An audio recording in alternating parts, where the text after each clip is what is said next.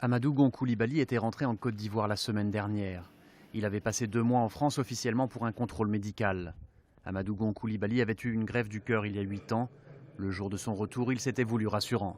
Je suis de retour pour prendre ma place aux côtés du président,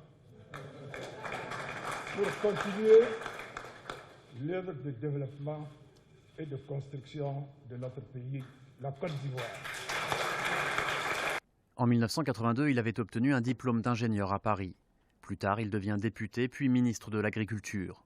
En janvier 2017, Alassane Ouattara, dont il est très proche, le nomme Premier ministre. Amadou Gon Coulibaly avait 61 ans, il était marié et père de 5 enfants.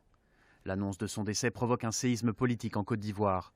Le Premier ministre avait été désigné candidat du parti du président Alassane Ouattara pour la présidentielle d'octobre.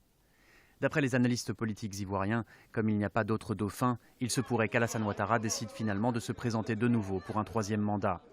La Constitution a été changée en 2016 et il aurait le droit de concourir, mais c'est une décision qui provoquerait sans nul doute la colère de l'opposition.